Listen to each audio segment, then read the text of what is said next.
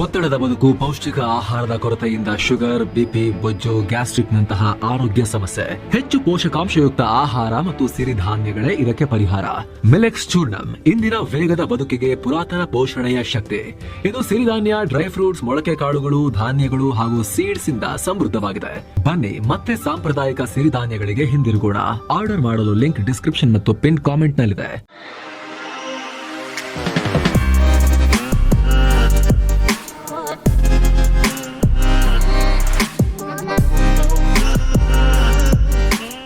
Hi friends, ದಿನದ ಎಲ್ಲಾ ಪ್ರಮುಖ ಸುದ್ದಿಯನ್ನ ನಿಮಗೆ ತಲುಪಿಸೋ mastmaga.com ನ ಫುಲ್ ನ್ಯೂಸ್ಗೆ ಸ್ವಾಗತ. ನಾನು ಅಮರ್ ಪ್ರಸಾದ್. ಭಾರತ ಹಾಗೂ ಪಾಕಿಸ್ತಾನ ನಡುವೆ ಪಿಒಕೆಗೆ ಸಂಬಂಧಪಟ್ಟಂತೆ ಉದ್ವಿಗ್ನ ಸ್ಥಿತಿ ನಿರ್ಮಾಣ ಆಗಿದೆ.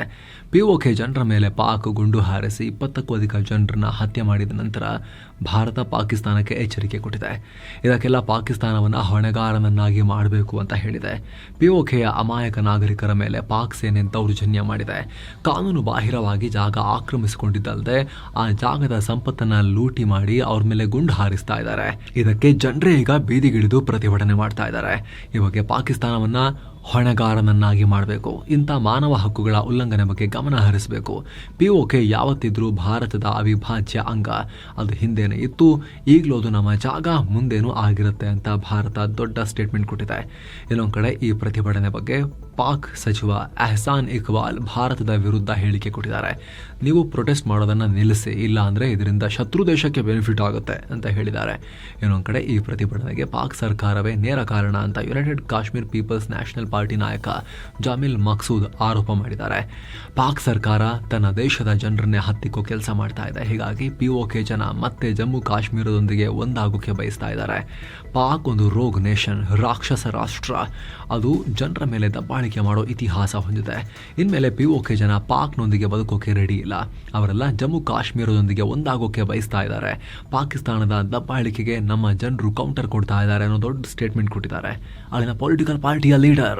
ಈ ಮೂಲಕ ನಮ್ಮೊಂದಿಗಿದ್ದೂ ಇಲ್ಲದಂತಿದ್ದ ಪಿಒಕೆ ಮತ್ತು ಪಿಒಕೆ ಜನ ಮತ್ತೆ ಭಾರತಕ್ಕೆ ಸೇರೋಕೆ ಸಮಯ ಹತ್ತಿರ ಬಂದಿದ್ಯಾ ಅನ್ನೋ ಕುತೂಹಲ ಕೂಡ ಈಗ ಮೂಡ್ತಾ ಇದೆ. ಈ ಟೈಮ್ನಲ್ಲಿ ನಮ್ಮ ವೀಕ್ಷಕರಲ್ಲೂ ಕೂಡ ನಮ್ಮ ಮನವಿ, ನಮ್ಮ ಪ್ರೀತಿಯ ವೀಕ್ಷಕರು ನೋಡ್ತಿದ್ದಾರೆ, ಆದರೆ ಸಬ್ಸ್ಕ್ರೈಬರ್ ಆಗಿಲ್ಲ. ಅಂತಹ ವೀಕ್ಷಕರಿಗೆ ಸ್ನೇಹಿತರ ಯುದ್ಧ ಮಾಡ್ಬೇಕಂತ ಏನಿಲ್ಲ.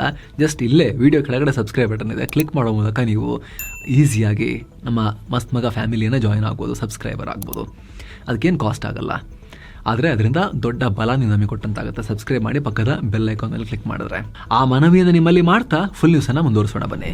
ಇನ್ನೊಂದು ಕಡೆ ಇಂಟ್ರೆಸ್ಟಿಂಗ್ ಅನ್ನೋ ಹಾಗೆ ಭಾರತದ ನಾಯಕರಿಂದ ಪದೇ ಪದೇ ಪಾಕಿಸ್ತಾನದ ಜಿಯೋಗ್ರಫಿ ಬದಲಾವಣೆ ಮಾಡೋ ಹೇಳಿಕೆ ಬರ್ತಾ ಇದೆ.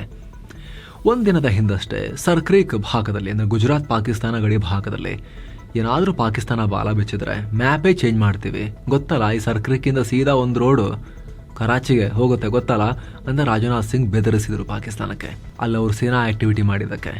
ಈಗ ಸೇನೆ ಕೂಡ ಅದೇ ಹೇಳಿಕೆ ಕೊಟ್ಟಿದೆ.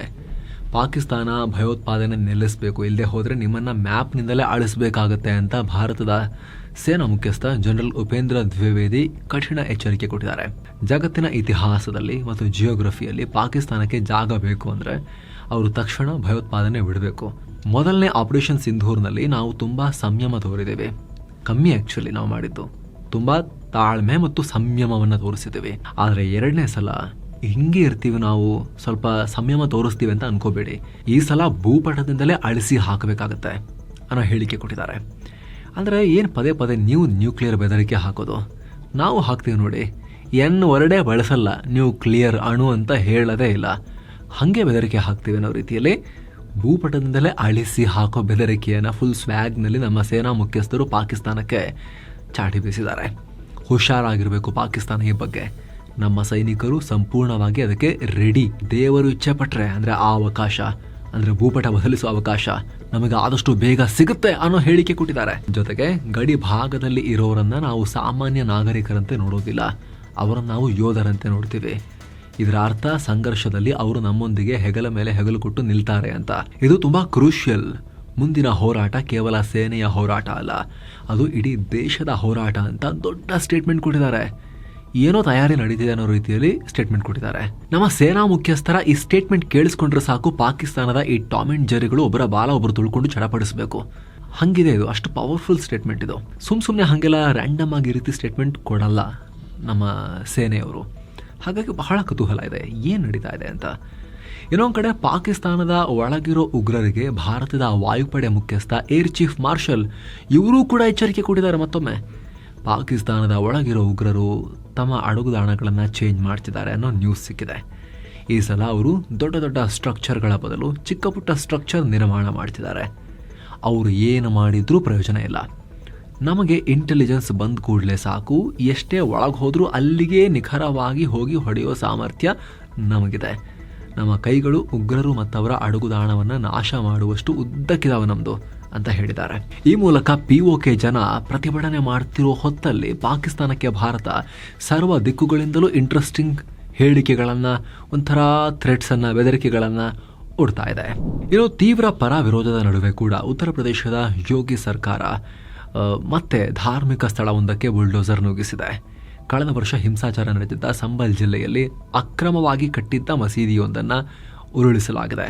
ಸರ್ಕಾರಿ ಜಾಗದಲ್ಲಿ ನಿರ್ಮಾಣ ಮಾಡಲಾಗಿದೆ ಅಂತ ಹೇಳಿ ಒಂದು ಮಸೀದಿ ಮತ್ತೊಂದು 30,000 ಚದರ ಅಡಿಯ ಮದುವೆ ಹಾಲನ್ನು ಕೆಡವಲಾಗಿದೆ. ಇತ್ತೀಚೆಗೆ ನಡೆಸಲಾದ ಸರ್ವೆನಲ್ಲಿ ಅತಿಕ್ರಮಣ ಮಾಡಿ ಕಟ್ಟಿರೋದು ಸ್ಪಷ್ಟವಾಗಿತ್ತು.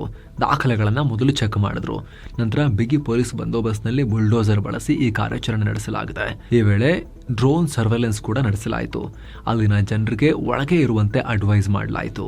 ಈ ಮೂಲಕ ಜಸ್ಟ್ 4 ತಿಂಗಳಲ್ಲಿ ಸಂಬಲ್ನಲ್ಲಿ 2ನೇ ಇಲ್ಲೀಗಲ್ ಸ್ಟ್ರಕ್ಚರ್ ಆಗಿ ನಿರ್ಮಾಣಗೊಂಡಿದ್ದ ಮಸೀದಿಯನ್ನು ತೆರವುಗೊಳಿಸಲಾಗಿದೆ. ಇನ್ನೊಂದು ಕಡೆ ಐ ಲವ್ ವಿವಾದ ಕಲಬುರಗಿಗೂ ಕಾಲಿಟ್ಟಿದೆ. ಸೇಡಂ ತಾಲೂಕಿನ ಊಡಗಿ ಗ್ರಾಮದಲ್ಲಿ ಐ ಲವ್ ಮಹಮ್ಮದ್ ಬ್ಯಾನರ್ ಹಿಡಿದಿರುವುದು ಕಂಡುಬಂದಿದೆ. ಇದಕ್ಕೆ ಹಿಂದೂ ಸಂಘಟನೆಗಳು ಆಕ್ರೋಶ ವ್ಯಕ್ತಪಡಿಸಿದ್ದಾರೆ. ಸಚಿವ ಶರಣ ಪ್ರಕಾಶ್ ಪಾಟೀಲ್ ಅವರ ಸ್ವಗ್ರಾಮದಲ್ಲೇ ಈ ರೀತಿಯಾಗಿದೆ. ಸೇಡಂನಲ್ಲಿ ತುಘಲಕ್ ದರ್ಬಾರ್ ನಡೀತಾ ಇದೆ ಅಂತ ಹಿಂದೂ ಸಂಘಟನೆಗಳು ಹೇಳಿವೆ. ಸ್ಥಳಕ್ಕೆ ಬಂದ ಪೊಲೀಸರು ಅಂತಿಮವಾಗಿ ಬ್ಯಾನರ್ ತೆಗೆಸಿದ್ದಾರೆ. ಇನ್ನೊಂದು ಕಡೆ AIMIM ಮುಖ್ಯಸ್ಥ ಅಸದುದ್ದೀನ್ ಒವೈಸಿ ಭಾರತದಲ್ಲಿ ನಾನು ಮೋದಿ ಪ್ರೀತಿಸ್ತೀನಿ ಅಂತ ಹೇಳ್ಬೋದಾ, ಆದರೆ ಮಹಮ್ಮದ್ರನ್ನ ಪ್ರೀತಿಸ್ತೀನಿ ಅಂತ ಹೇಳಂಗಿಲ್ವಾ ಅನ್ನೋ ಪ್ರಶ್ನೆಯನ್ನ ಕೇಳಿದ್ದಾರೆ. ಕರೂರ್ ಕಾಲ್ ತುಳಿತ ಬಗ್ಗೆ CBI ತನಿಖೆ ಆಗಬೇಕು ಅಂತ ಮದ್ರಾಸ್ ಹೈಕೋರ್ಟ್ಗೆ ತಮಿಳು ನಟ ವಿಜಯ್ ಅವರ TVK ಪಕ್ಷ ಅರ್ಜಿ ಸಲ್ಲಿಸಿತ್ತು. ಈಗ ಮದ್ರಾಸ್ ಹೈಕೋರ್ಟ್ ವಿಚಾರಣಾ ಅರ್ಜಿಯನ್ನ ರಿಜೆಕ್ಟ್ ಮಾಡಿದೆ. ಕರೂರ್ ಪೊಲೀಸರು ಇದರ ತನಿಖೆ ನಡೆಸ್ತಾ ಇದ್ದು ಆರಂಭಿಕ ಹಂತದಲ್ಲಿದ್ದಾರಷ್ಟೇ. ಸೊ CBI ಅಗತ್ಯ ಇಲ್ಲ, ತಮಿಳುನಾಡಿನ SITನೇ ಇದನ್ನ ಮುಂದುವರಿಸುತ್ತೆ ಅಂತ ಕೋರ್ಟ್ ಹೇಳಿದೆ. ಜೊತೆಗೆ ಅರ್ಜಿ ಹಾಕಿದ್ದ TVK ಪಕ್ಷವನ್ನ ತರಾಟೆಗೆ ತಗೊಂಡಿದೆ. ದೊಡ್ಡ ಜನಸಂದಣಿಯನ್ನ ಕಂಟ್ರೋಲ್ ಮಾಡುವಲ್ಲಿ ಪಕ್ಷ ಫೇಲ್ ಆಗಿದೆ ಎಂಬುದು ಅಂತ ಜಡ್ಜ್ ಬೈದ್ ಕಳಿಸಿದ್ದಾರೆ. ಹಾಗೆ CBI ತನಿಖೆ ಕೋರಿ ಸಲ್ಲಿಕೆಯಾಗಿರೋ ಇತರ ಅರ್ಜಿಗಳನ್ನ ಕೂಡ ಕೋರ್ಟ್ ರಿಜೆಕ್ಟ್ ಮಾಡಿದೆ. ಇನ್ನು ದಕ್ಷಿಣ ಕನ್ನಡ ಜಿಲ್ಲೆ ಮುಲ್ಕಿಯಲ್ಲಿರೋ ಬಪ್ಪನಾಡು ದುರ್ಗಾ ಪರಮೇಶ್ವರಿ ದೇವಸ್ಥಾನಕ್ಕೆ ಟೀಂ ಇಂಡಿಯಾ ಮಾಜಿ ಕ್ರಿಕೆಟಿಗ ಅಜಿಂಕ್ಯ ರಹಾನೆ ಭೇಟಿ ಕೊಟ್ಟಿದ್ದಾರೆ. ಈ ವೇಳೆ ವಿಶೇಷ ಪೂಜೆ ಸಲ್ಲಿಸಿ ದೇವಿ ದರ್ಶನ ಪಡ್ಕೊಂಡಿದ್ದಾರೆ. ಮಕ್ಕಳ ಕೆಮ್ಮಿನ ಸಿರಪ್ ಬಗ್ಗೆ ದೊಡ್ಡ ವಿವಾದ ಉಂಟಾಗಿತ್ತಲ್ಲ, ಈ ಸಲ ರಾಜಸ್ಥಾನದಲ್ಲಿ ಮಧ್ಯಪ್ರದೇಶದಲ್ಲೆಲ್ಲ ಮಕ್ಕಳ ಪ್ರಾಣ ಹೋಗಿದೆ ಅಂತ ಹೇಳಿ ಕೆಮ್ಮಿನ ಸಿರಪ್ನಿಂದಾಗಿ. ಅದಕ್ಕೆ ಸಂಬಂಧಪಟ್ಟಂತೆ ಈ ಪರ್ಟಿಕ್ಯುಲರ್ ಸಿರಪ್ನಲ್ಲಿ ಏನು ಪ್ರಾಬ್ಲಮ್ ಇಲ್ಲ ಅಂತ ಈಗ ಸ್ಪಷ್ಟೀಕರಣ ಬಂದಿದೆ. ಡೆಕ್ಸ್ಟ್ರೋಮೆಥಾರ್ಫಾನ್ ಹೈಡ್ರೋಬ್ರೋಮೈಡ್ ಈ ಸಿರಪನ್ನು ಕೇಂದ್ರ ಔಷಧ ನಿಯಂತ್ರಣ ಸಂಸ್ಥೆ ಟೆಸ್ಟ್ ಮಾಡಿ ಇಲ್ಲ ಆ ಥರದ್ದೇನು ಇದರಲ್ಲೇನು ಪ್ರಾಬ್ಲಮ್ ಇಲ್ಲ ಅಂತ ಹೇಳಿರೋದು ಈಗ ಮಾಹಿತಿ ಬಂದಿದೆ. ಮುಂಬೈ ದಾಳಿ ವೇಳೆ ಪಾಕ್ ವಿರುದ್ಧ ಹೋರಾಡಿದ್ದ, ಪಾಕ್ ಉಗ್ರರನ್ನ ಹೆಡೆಮುರಿ ಕಟ್ಟೋದ್ರಲ್ಲಿ ವೀರಾವೇಶದಿಂದ ಹೋರಾಡಿದ್ದ, ಅಂದು ಹೀರೋ ಆಗಿದ್ದ NSG ಕಮಾಂಡೋ ಬಜರಂಗ್ ಸಿಂಗ್ ಇವರನ್ನ ನಶಾವಸ್ತು ಸಾಗಿಸಿದ ಕೇಸಲ್ಲಿ ಅರೆಸ್ಟ್ ಮಾಡಲಾಗಿದೆ. 100 kg ನಶಾವಸ್ತು ಹಿಡ್ಕೊಂಡಿದ್ರು ಅಂತ. ಒಡಿಶಾ ಮತ್ತು ತೆಲಂಗಾಣದಿಂದ ಮಾದಕ ವಸ್ತುವನ್ನು ಕಳ್ಳ ಸಾಗಾಣಿಕೆ ಮಾಡ್ತಾ ಇದ್ದ ಆರೋಪದಲ್ಲಿ 25,000 ರೂಪಾಯಿ ಬಹುಮಾನ ಕೂಡ ಈತನ ತಲೆ ಮೇಲೆ ಘೋಷಿಸಲಾಗಿತ್ತು. ಈಗ ಭಯೋತ್ಪಾದನಾ ನಿಗ್ರಹ ದಳ ಹಾಗೂ ನಶಾ ನಿಗ್ರಹ ದಳದವರು ಸೇರಿಕೊಂಡು ಈ ಆಪರೇಷನ್ ಮಾಡಿದ್ದಾರೆ.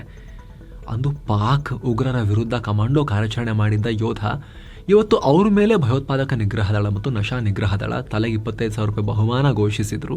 ಈಗ ಆಪರೇಷನ್ ಮಾಡಿ ಹಿಡಿದು ಹಾಕಿದ್ದಾರೆ. ಏನೋ ರಷ್ಯಾ ಅಧ್ಯಕ್ಷ ವ್ಲಾದಿಮಿರ್ ಪುಟಿನ್ ಭಾರತದ ಸಿನಿಮಾಗಳ ಬಗ್ಗೆ ಮೆಚ್ಚುಗೆ ಮಾತನಾಡಿದ್ದಾರೆ.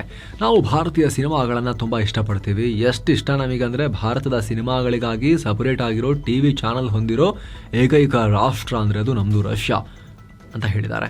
ಭಾರತ ಮತ್ತು ರಷ್ಯಾ ನಡುವಿನ ಸಂಬಂಧ ಕೇವಲ ಪಾಲಿಟಿಕ್ಸ್ಗೆ ಮಾತ್ರ ಸೀಮಿತ ಆಗಿಲ್ಲ, ನಾವು ಸಾಂಸ್ಕೃತಿಕ ಮತ್ತು ಸಾಮಾಜಿಕ ಸಂಬಂಧಗಳನ್ನು ಕೂಡ ಹೊಂದಿದ್ದೇವೆ. ಅನೇಕ ಭಾರತೀಯ ವಿದ್ಯಾರ್ಥಿಗಳು ಎಜುಕೇಷನ್ಗೆ ರಷ್ಯಾಗೆ ಬರ್ತಾರೆ. ನಾವು ಭಾರತದ ಜನರೊಂದಿಗೆ ಅವರ ಸಂಸ್ಕೃತಿಯನ್ನು ಕೂಡ ವೆಲ್ಕಮ್ ಮಾಡ್ತೀವಿ ಅಂತ ಹೇಳಿದ್ದಾರೆ. ಪುಟಿನ್ ಇತ್ತೀಚೆಗೆ ಸಿಕ್ಕಾಪಟ್ಟೆ ಭಾರತವನ್ನು ಹೊಗಳ್ತಾ ಇದ್ದಾರೆ. ಭಾರತೀಯ ಸಿನಿಮಾಗಳನ್ನ ಹೊಗಳುತ್ತಿರೋದು ಕೂಡ ಮೊದಲ ಬಾರಿಯಲ್ಲ. ಸಾಕಷ್ಟು ಸಲ ಬಾಲಿವುಡ್ ಫಿಲ್ಮ್ ಮತ್ತು ಅವುಗಳಿಗೆ ರಷ್ಯಾದಲ್ಲಿರೋ ಜನಪ್ರಿಯತೆ ಬಗ್ಗೆ ಪುಟಿನ್ ಈ ಹಿಂದೆನೂ ಮಾತನಾಡಿದರು.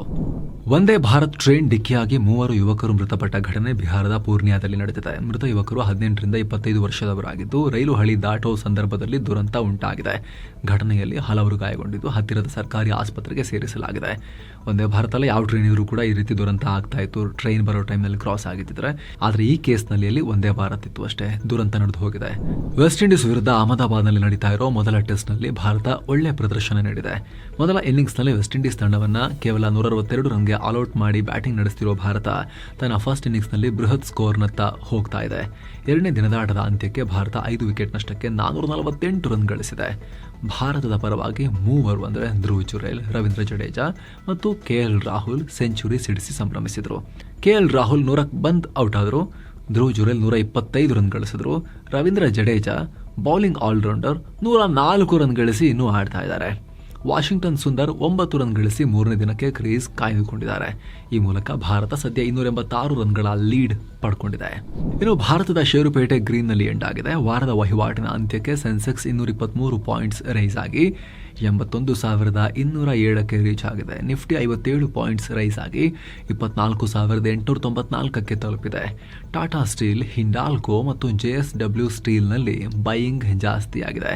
ಇನ್ನೊಂದು ಕಡೆ PSU ಬ್ಯಾಂಕ್ ಹಾಗೆ ಕೋಟಕ್ ಮಹೀಂದ್ರ ಬ್ಯಾಂಕ್, ಆಕ್ಸಿಸ್ ಬ್ಯಾಂಕ್ನಂಥ ಪ್ರೈವೇಟ್ ಬ್ಯಾಂಕ್ಗಳು ಕೂಡ ಉತ್ತಮ ಪ್ರದರ್ಶನ ನೀಡಿ ಷೇರು ಮಾರುಕಟ್ಟೆ ಹಸಿರು ಪಟ್ಟಿಯಲ್ಲಿ ಎಂಡ್ ಆಗೋಕೆ ಹೆಲ್ಪ್ ಮಾಡಿದ್ವು. Tata steel, power grid corp, Hindalco, Axis bank ಮತ್ತು ಲಾರ್ಸನ್ ಅಂಡ್ ಟ್ಯೂಬ್ರೋ ಲಾಭ ಮಾಡಿಕೊಂಡ್ವು. ಇನ್ನು max health care, coal India, Maruti Suzuki, tech Mahindra ಮತ್ತು SBI ಲೈಫ್ ರೆಡ್ನಲ್ಲಿದ್ವು. ಇನ್ನು ಡಾಲರ್ ಮುಂದೆ ರೂಪಾಯಿ ಮೌಲ್ಯ 7 ಪೈಸೆ ಕುಸಿದು 88 ರೂಪಾಯಿ 78 ಪೈಸೆ ಆಗಿದೆ. ಇನ್ನು ಚಿನ್ನ ಮತ್ತು ಬೆಳ್ಳಿ ಬೆಲೆ ವಿಚಾರಕ್ಕೆ ಬಂದರೆ 24 ಕ್ಯಾರೆಟ್ನ 10 ಗ್ರಾಂ ಚಿನ್ನದ ಬೆಲೆಯಲ್ಲಿ 378 ರೂಪಾಯಿ ಕಮ್ಮಿಯಾಗಿ 1,16,833 ರೂಪಾಯಿ ಆಗಿದೆ. 22 ಕ್ಯಾರೆಟ್ನ 10 ಗ್ರಾಂ ಚಿನ್ನದ ಬೆಲೆಯಲ್ಲಿ 346 ರೂಪಾಯಿ ಕಮ್ಮಿಯಾಗಿ 1,07,130 ರೂಪಾಯಿ ಆಗಿದೆ. 1 ಕೆಜಿ ಬೆಳ್ಳಿ ಬೆಲೆಯಲ್ಲಿ 490 ರೂಪಾಯಿ ಜಾಸ್ತಿಯಾಗಿ 1,45,610 ರೂಪಾಯಿ ಆಗಿದೆ. ಸೊ ಫ್ರೆಂಡ್ಸ್, ಇದಾಗಿತ್ತು ಇವತ್ತಿನ ಫುಲ್ ನ್ಯೂಸ್. ನಾವು ಕೊಯ್ದಿಲ್ಲ, ಎಳೆದಿಲ್ಲ, ಕಿರ್ಚಾಡಿಲ್ಲ, ಬರೀ ಸುದ್ದಿ ತರ ತಲುಪಿಸೋ ಪ್ರಯತ್ನ ಮಾಡಿದ್ದೀವಿ. ನಿಮಗೆ ಇಷ್ಟ ಆಗ್ತಿದ್ರೆ ಮಸ್ತ್ ಮಗ ಚಾನಲ್ಗೆ ಸಬ್ಸ್ಕ್ರೈಬ್ ಮಾಡಿ, ಪಕ್ಕದ ಬೆಲ್ ಐಕಾನ್ ಮೇಲೆ ಕ್ಲಿಕ್ ಮಾಡೋದನ್ನ ಯಾವುದೇ ಕಾರಣಕ್ಕೂ ಮರಿಬೇಡಿ. Thank you so much. ಮತ್ತೆ ಭೇಟಿ ಆಗ್ತಿರೋಣ. ನಮಸ್ತೆ.